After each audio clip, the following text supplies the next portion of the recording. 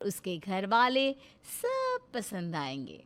लेकिन लिल्ली, उसका तो ख्याल कुछ और ही था। बात तो सही है। वैसे चलो, नींद आ रही है बहुत जोर से, सो जाते हैं फिलहाल। रोहन और लिल्ली सो जाते हैं। अगली सुबह 9 बजे रीना उन लोगों के दरवाजे पर चाय देने आती है। लिल्ली, रोहन, उठो, चाय ले लो। ओह भाभी, यार फिर से डांट पड़ेगी। क्यों डांटेंगी? तुम क्या कोई छोटे बच्चे हो जो डांटेगी? और नहीं तो क्या हुई। मैंने कहा था कि मैं आज तुम्हारे साथ जल्दी तैयार होकर नीचे आ जाऊंगा। वो क्या ना, गांव जाना है, सबको कुलदेवी की पूजा करनी है ना। अरे तो मुझे क्यों नहीं बताया किसी ने? अरे तुम्हें कैसे बताते, तुम सो रही थी ना, और सोते हुए उठाना ठीक थोड़ी लगता है। लिल्ली जल्दी से तैयार होकर रोहन के साथ नीचे आती है, जहाँ सब पहले से ही तैयार होते हैं। सॉरी, वो आँख नहीं खुली। हाँ, अब तुझे क्या डर है? तुझे बचाने वाली जो आ गई है, अब माँ की जरूरत कहाँ है ना? नहीं नहीं माँ, वो क्या है ना कि अरे मजाक कर रही हूँ। लिली बेटा, हम लोगों को गांव जाना है। कल ही जाना था लेकिन तुम थक गई थी, इसलिए नहीं कहा। चलो अब निकलते हैं। सभी गाड़ी में बैठकर गांव जाते हैं, जहां सब लिली का स्वागत करते हैं। औरतों के साथ लिली अलग कमरे में बैठी होती है कि लिली, कुछ चाहिए क्या? परेशान सी लग रही हो। हाँ, आज़ादी है क्या? सीमा हैरान हो जाती है कि ये लिली क्या बोल रही है। किससे आज़ादी चाहिए? वो लिली की ओर देख रही होती है कि लिली बात को संभाल लेती है। मतलब इन कपड़ों से। वो क्या है ना, आदत नहीं है ना ये साड़ी वाड़ी की, और इतनी गर्मी है सो अलग। अरे हाँ, रुको, मैं तुम्हें सूट या मैक्सी देती हूँ। कमरे में वैसे भी कोई नहीं आता, पूजा हो गई है। गांव में तुम लोगों की शादी का भोज है, तो उसके बाद ही चलेंगे। तब तक तुम ये कॉटन का गाउन पहनकर कंफर्टेबल हो जाओ। लेकिन याद रखना बहाना, क्योंकि यहाँ ना ये सब नहीं चलता। लिली को तो बस बहाना मिल जाता है। सीमा जैसे ही काम संभालने बाहर जाती है, लिली गाउन पहनकर बाहर चली जाती है, जहाँ गांव के सारे पुरुषों के बीच उसका पति भी बैठा होता है। रोहन, ए रोहन, अंदर आओ। सभी नई नवेली बहू का ये रूप देखकर हैरान, परेशान और न जाने क्या क्या हो जाते हैं कि भाई ये क्या, गांव में ऐसे रूप में कोई नई दुल्हन तो नहीं देखी कभी। बहू, अंदर चलो। ये कपड़ा किसने दिया तुम्हें? सर पर पल्ला नहीं, और पति को भी सबके सामने ऐसे नाम से बुला रही हो। चलो अंदर। पति देखता है कि लिली रो रही है।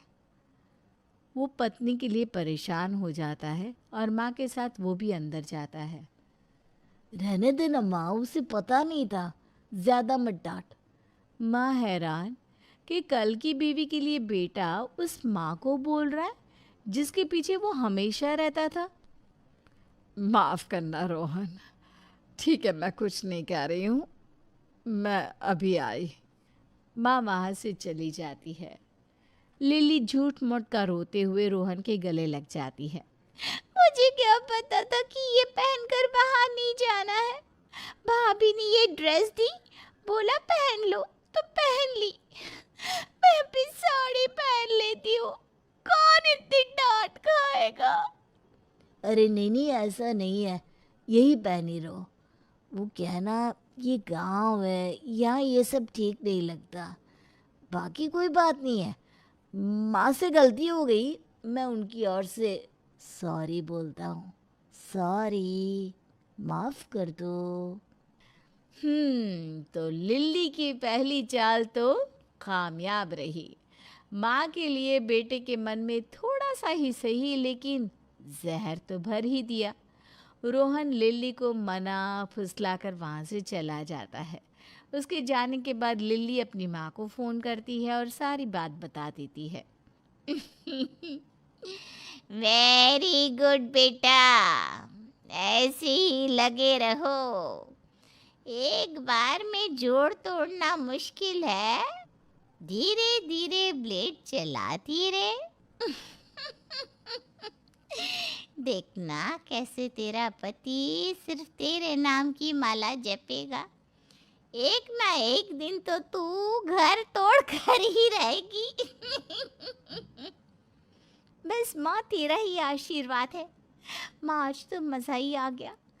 वैसे माँ, ये रीना भाभी भी ना सास बनने की कोशिश करती रहती है। रोहन का इतना ख्याल रखती है जैसे माँ हो उनकी। अरे कोई भाभी माँ नहीं होती। और हाँ, जल्दी से दूसरा घर भी देखती रहे, न जाने किस दिन तुझे निकाल दे, फिर रास्ते में तो नहीं रहेगी ना तू। क्या माँ, अभी वो दिन दूर है। लेकिन हाँ, मैं तो रहने से रही इन लोगों के साथ। अच्छा माँ, कोई आ रहा है, फिर बात करती हूँ। लिल्ली की बात भाभी सुन लेती है।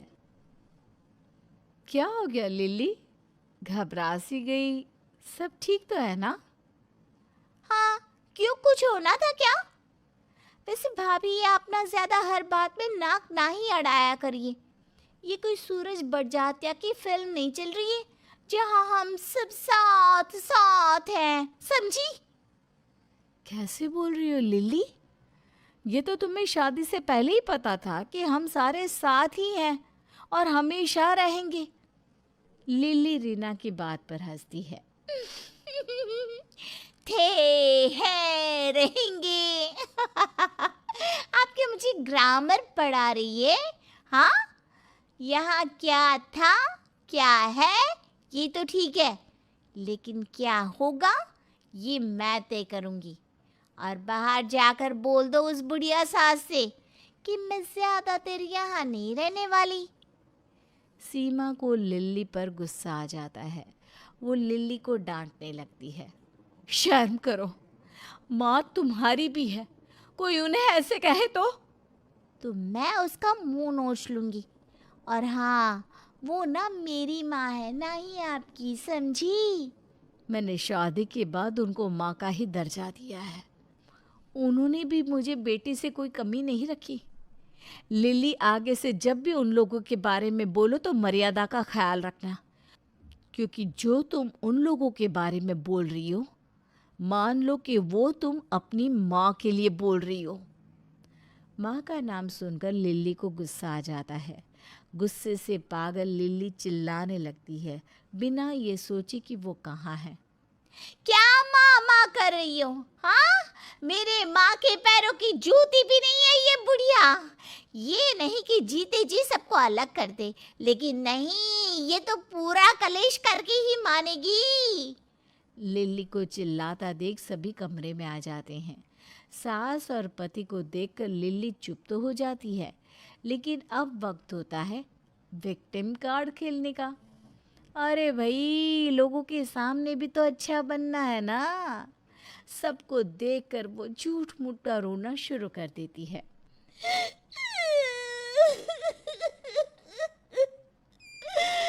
भाभी, क्या गलती कर दी मैंने?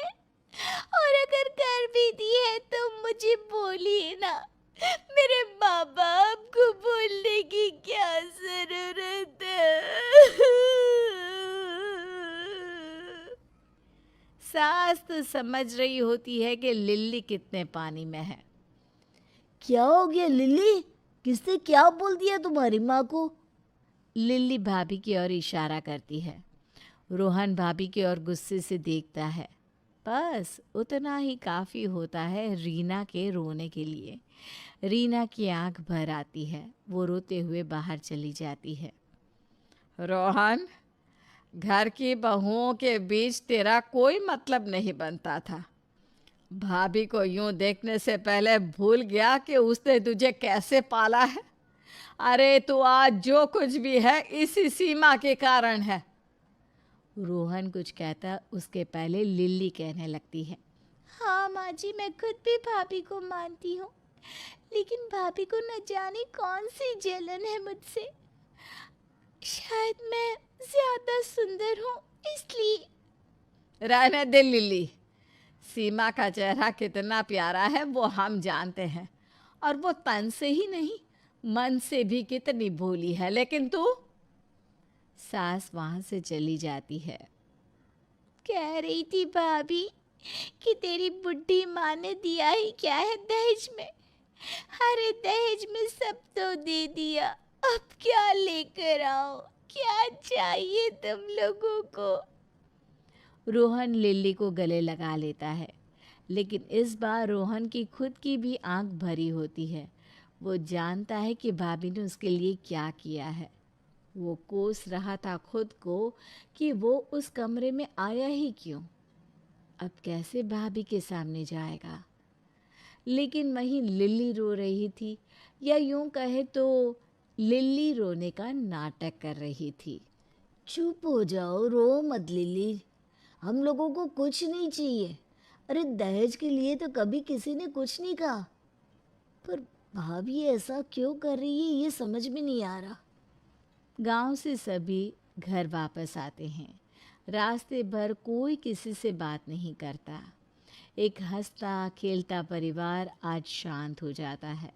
सीमा की सिसकियां रुक नहीं रही थी। वहीं रोहन भाभी से आंख भी नहीं मिला पा रहा था। क्या ये परिवार फिर वैसे ही खिलखिलाएगा, या लिल्ली लाने वाली है कोई और तूफान। जानने के लिए देखिए हरा भरा ससुराल का पार्ट 3। बाय।